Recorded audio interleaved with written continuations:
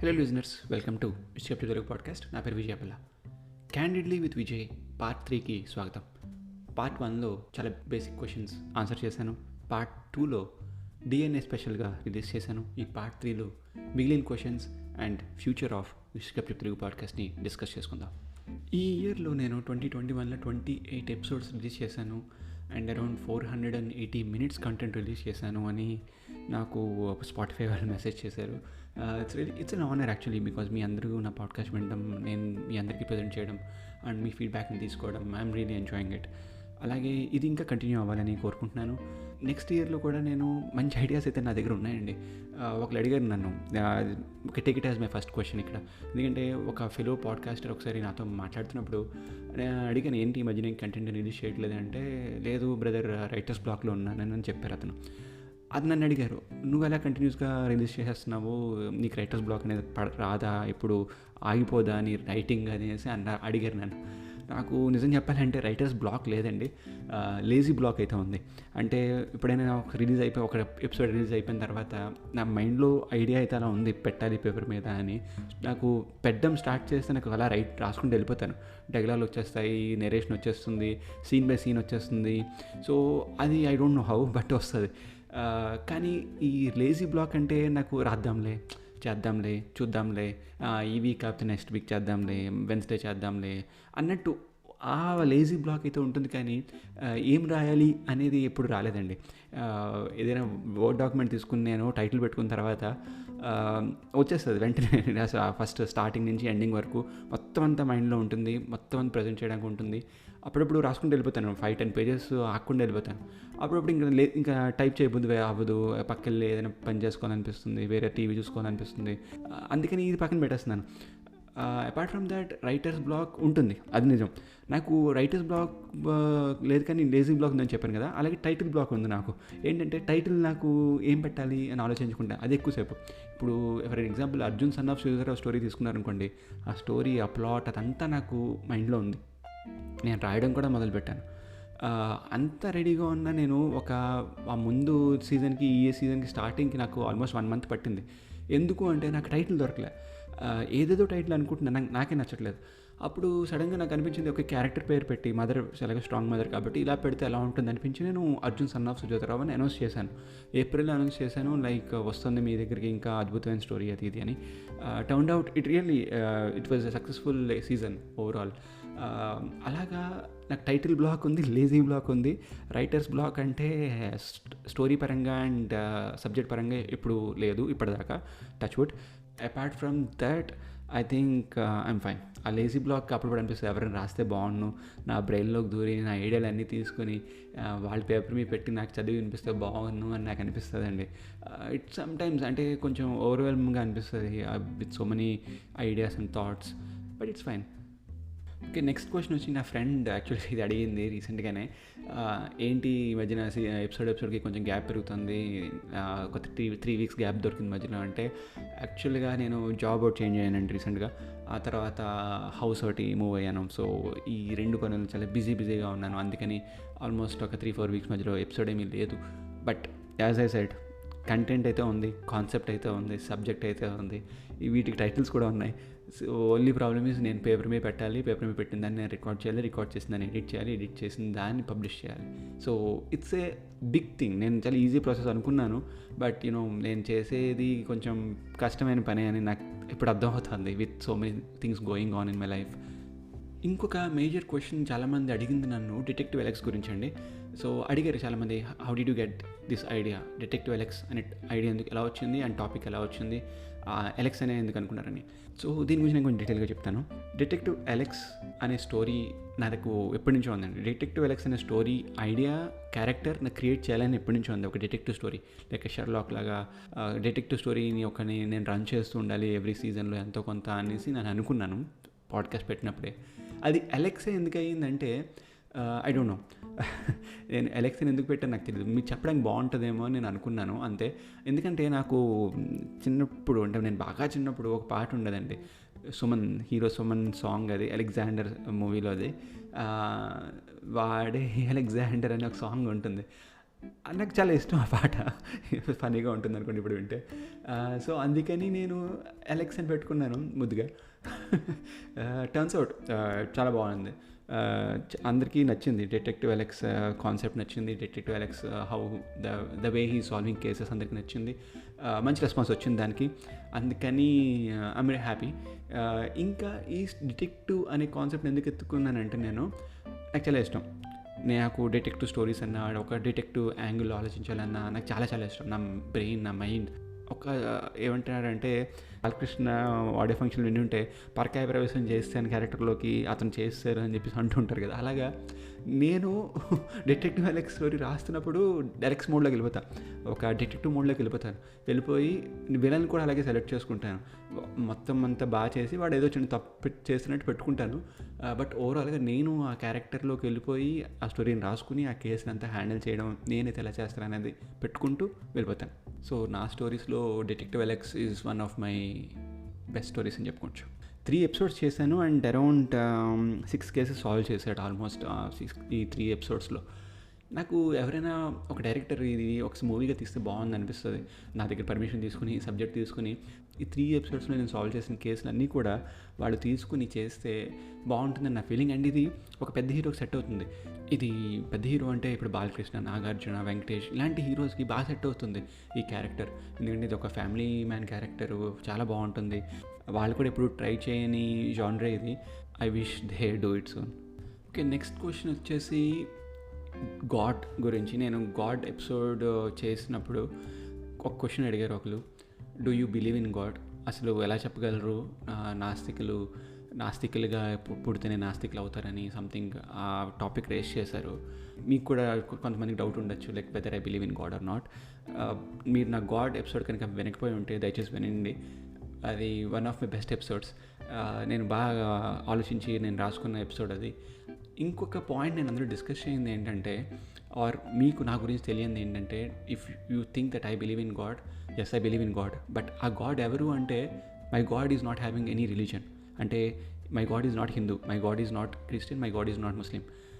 ఇది ఎందుకు చెప్తున్నానంటే, నా ఫ్రెండ్స్, నా బెస్ట్ ఫ్రెండ్స్, ఇప్పుడు నేను ఇండియా కనుక వెళ్తే నేను ఫస్ట్ మీట్ అయ్యే ఫ్రెండ్ క్రిస్టియన్, నేను నెక్స్ట్ మీట్ అయ్యే ఫ్రెండ్ ముస్లిం. నేను ఇండియాలో తిరిగితే వీళ్ళిద్దరితో ఎక్కువ తిరుగుతాను. అలా వీళ్ళ నా రూమ్మేట్స్ కూడా అండ్ వీళ్ళ నా క్లాస్మేట్స్ కూడా. సో వీళ్ళకి ఈ రిలీజన్, మీరు ఈ పలానా రిలీజన్ చెప్పి ఎవరు చెప్పారు? వాళ్ళ పేరెంట్స్ చెప్పారు. నేను హిందూ అని నా పేరెంట్స్ చెప్పారు. So religion is something that we invented and later I discovered that I belong to Hindu. So God ఆ తర్వాత రిలీజన్ బట్టి ఈ రిలీజన్ వాళ్ళు ఈ గాడ్ని ప్రార్థించాలి, పూజ చేయాలి అని చెప్పేసి బుక్స్, పురాణాలు, ఇంకా వాట్ నాట్. మెయిన్గా నా కాన్సెప్ట్ ఆఫ్ గాడ్ ఏంటంటే, ఈ యూనివర్స్లో there is some power, okay, that is keeping us alive, that is keeping us survive.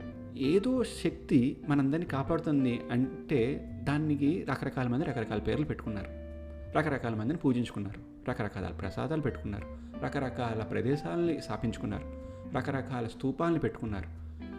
వీటన్నిటికీ కావలా పెట్టుకున్నారు, వాటన్నిటికీ భద్రతలు పెట్టుకున్నారు, వాటన్నిటికీ కొట్టుకు చేస్తున్నారు. నేను గాడ్ ఎపిసోడ్ కూడా చెప్పాను, సూర్యుడు లేకపోతే మన జీవనం లేదు.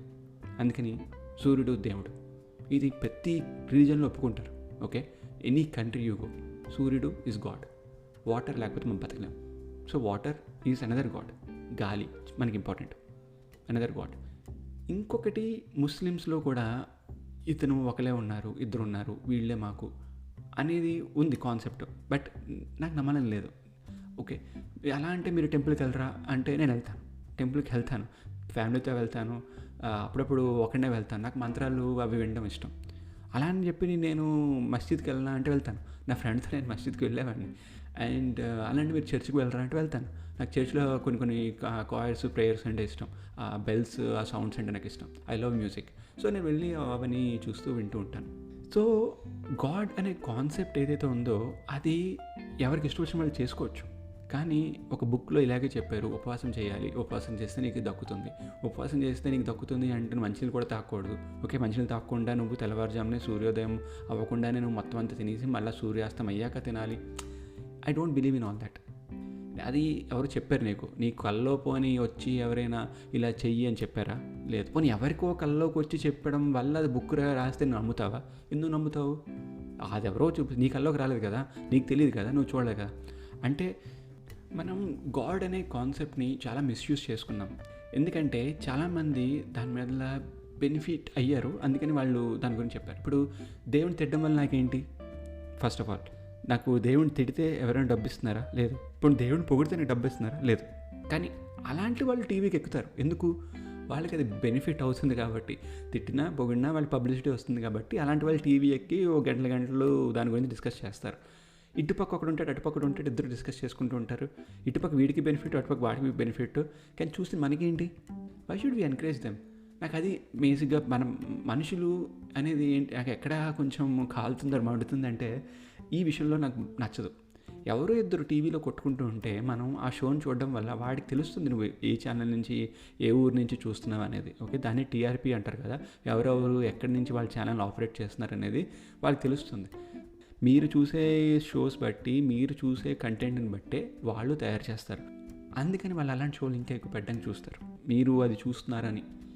పాయింట్ ఏంటంటే you have to control TV. TV should not control you.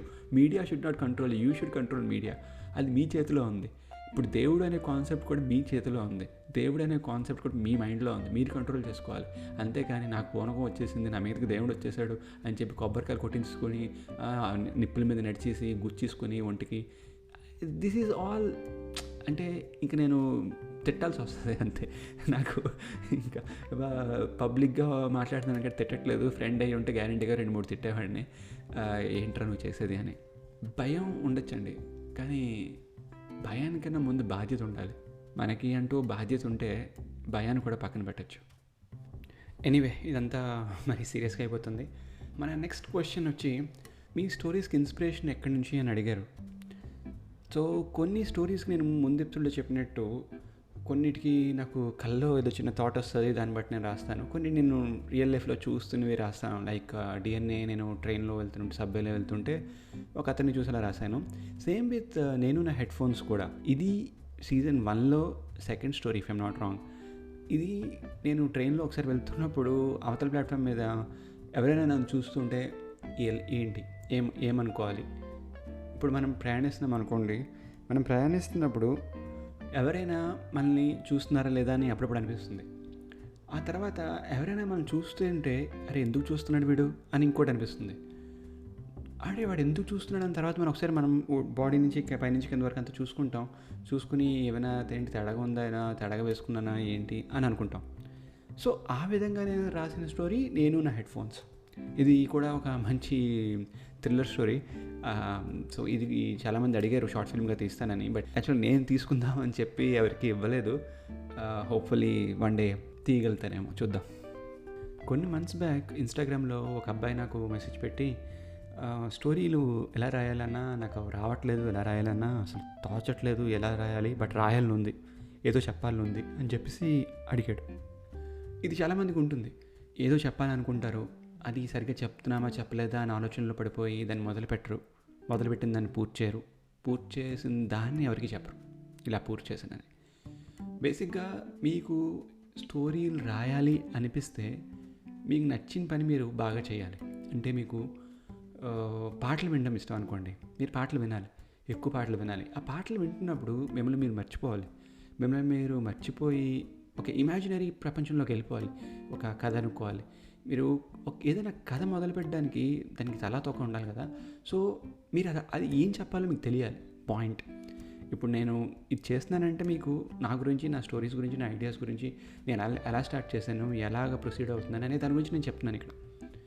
అలా మీరు ఏదైనా కథ తీసుకోండి, ఆ కథ ఏం చెప్పాలనుకుంటున్నారో ఇంపార్టెంట్. లేదనుకోండి, మీకు తెలియకపోతే మీరు ఏం చెప్తున్నారో అది మీనింగ్ఫుల్ అయి ఉండాలి, ఒక సెన్స్ ఉండాలి మీరు చెప్పేదానికి. లేదనుకోండి అది ఒక న్యూస్ అయిపోతుంది, టీవీ 9 లాగా. అది చెప్పేదానికి చూపించేదానికి ఏం సంబంధం ఉండదు. ప్రతిదీ బ్రేకింగ్ న్యూస్ అంటారు కదా, అలా ఫన్ అయిపోతుంది. అలా కాకుండా మీరు ఏం చెప్పాలనుకుంటున్నారు. ఇప్పుడు మీరు ఆఫీస్కి రెగ్యులర్గా వెళ్తున్నారు, ఆఫీస్కి రెగ్యులర్గా అదే రూట్లో ఎందుకు వెళ్తున్నారు అది మీరు ఎక్స్ప్లెయిన్ చేయొచ్చు. పలానా రోడ్లో వెళ్తే ట్రాఫిక్ ఉంటుంది, పలానా గోతులు ఉంటాయి, నాకు ఇలా వెళ్ళడం ఇష్టం అని ఎక్స్ప్లెయిన్ చేయొచ్చు. మీరు ప్రతిరోజు బిర్యానీ తింటున్నారు, అది మీరు ఎక్స్ప్లెయిన్ చేయొచ్చు. అరే నాకు బిర్యానీయే పడుతుంది, నేను మజ్జిగానే తింటాను, నాకు కడుపు తేడా కొట్టేస్తుంది, ఏదో ఒకటి సంథింగ్ ఫన్నీ అయినా ఏదో ఒకటి మీరు చెప్తున్నారు. అంటే మీరు రెగ్యులర్గా చేసేది కూడా మీరు చెప్పచ్చు, కానీ ఇది ఎవరు వింటారో అనేది మళ్ళీ మీకు వదిలేస్తున్నాను. ఎందుకంటే నేను పాడ్కాస్ట్ స్టార్ట్ చేసినప్పుడు వింటారా లేదా అని డౌట్తో స్టార్ట్ చేశాను. బట్ ఒకసారి స్టార్ట్ చేసిన తర్వాత మీరు వినకపోయినా నేను చెప్పుకుంటూ పోతాననే ఫీలింగ్తో వచ్చాను. ఎందుకంటే నేను పాడ్కాస్ట్ చేస్తోంది నా గురించి ఒక విషయం, 2 మిమ్మల్ని ఎంటర్టైన్ చేద్దామని సెకండ్ పాయింట్. నేను పాడ్కాస్ట్ ఎందుకు చేస్తున్నానంటే నా హాబీ, నా పాస్ టైం ఇలా అనుకుని నేను స్టార్ట్ చేసిన పాడ్కాస్ట్ ఇది. అండ్ నేను రాసుకున్న స్టోరీస్ అన్నీ మీకు వినిపిద్దామని. సో మీరు క్లుప్తంగా డీటెయిల్డ్గా లోపలికి వెళ్ళి ఆలోచిస్తే ఫస్ట్ ఒక సెల్ఫిష్నెస్ కనిపిస్తుంది ఎవడైనా స్టార్ట్ చేసినా సరే. ఓకే, ఇది ఫ్యాక్ట్. సెకండ్, వాళ్ళకి వస్తున్న రెస్పాన్స్ బట్టి ఆ కంటెంట్ మారుతూ ఉంటుంది, వాళ్ళ అప్రోచ్ మారుతూ ఉంటుంది. లైక్ నేను ఇనీషియల్గా చేసిన పాడ్కాస్టింగ్లో క్వాలిటీకి, మీరు నా 3rd సీజన్ నుంచి చూస్తున్న క్వాలిటీకి డిఫరెన్స్ ఉంటుంది. 4th సీజన్కి వేరే క్వాలిటీ డిఫరెన్స్ ఉంటుంది. ఎందుకంటే నాకు వచ్చిన ఫీడ్బ్యాక్ నేను తీసుకుని నేను నా క్వాలిటీని ఇంప్రూవ్ చేసుకుని వచ్చాను. సో మీకు కూడా ఏదైనా కథ చెప్పాలని ఉంది అనిపిస్తే ముందు ఏం చెప్పాలనుకుంటున్నారో మీకు మీరు ఆలోచించుకోండి. మీరు చెప్పాలనుకున్న పాయింట్ ఇంకెవరైనా మీకు చెప్తే మీరు వింటారా లేదా అని ఊహించుకోండి. ఎస్, ఎవడో వచ్చి మీకు ఆ కథ చెప్తే మీరు వింటాను అంటే మీరు చెప్పే కథ కూడా ఎవరో ఒకరు వింటారు. అదేనా లాజిక్. ఎగ్జాంపుల్స్ తీసుకుంటే కూడా ఇప్పుడు చిరంజీవి సినిమాలోకి వచ్చారంటే మన కోసం వచ్చారా, ఆయన కోసం వచ్చారా? అలానే రాజమౌళి ఇంత బడ్జెట్ పెట్టి సినిమాలు తీస్తుంది, మన కోసం తీస్తున్నారా, అయితే అంత డబ్బు బ్యాక్ వస్తుందనే కొంచెం రిస్క్ తీసుకుని తీస్తున్నారా? సో ఏంటంటే ఫస్ట్ ఎవరైనా సరే ఎక్కడైనా సరే ఎవరికి వాళ్ళు కొంచెం సెల్ఫిష్గా ఉండాలి. ఆ తర్వాత ప్రపంచం గురించి ఆలోచించాలి. ముందు నువ్వు అనేవాడు నువ్వు లేకపోతే ఇంకా తర్వాత అనేది ఏముంది? నువ్వు అనే నీకు నువ్వు చాలా ఇంపార్టెంట్ అయి ఉండాలి. కన్ఫ్యూజింగ్గా ఉంటుందేమో, ఒక్కసారి మళ్ళీ కావాలంటే బ్యాక్ వెళ్ళి రివైండ్ చేసుకుని విను. నీకు నువ్వు ఇంపార్టెంట్ అయినప్పుడు డెఫినెట్గా నువ్వు స్టార్ట్ చేసేది నీకు ఇంపార్టెంట్ అనిపిస్తే నీ లైఫ్లో నువ్వు సక్సెస్ ఈజీగా అవుతావు.